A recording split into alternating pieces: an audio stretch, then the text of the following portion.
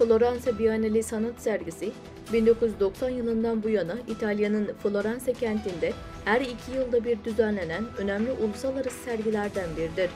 Sergide dünyanın dört bir yanından 600'ün üzerinde sanatçının 800'e yakın eseri yer alacak.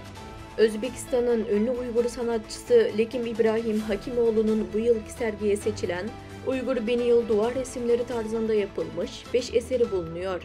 Bu kez sergiye getirdiği 5 eserde Kaşgarlı, Hotelli ve Turfanlı kadın imajı yansıtılmıştır.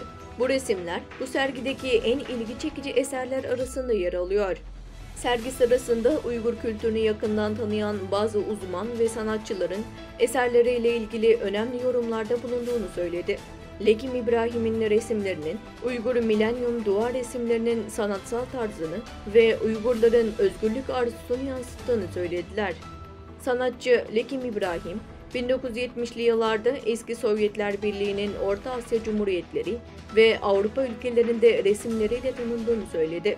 Özellikle 1990'lı yıllardan sonra Uygur bölgesindeki milenyum duvar resimlerinden esinlenerek yaptığı resimleri Rusya, Almanya ve diğer Avrupa ülkelerinde birçok kez sergilendi ve çeşitli ödüller kazandı.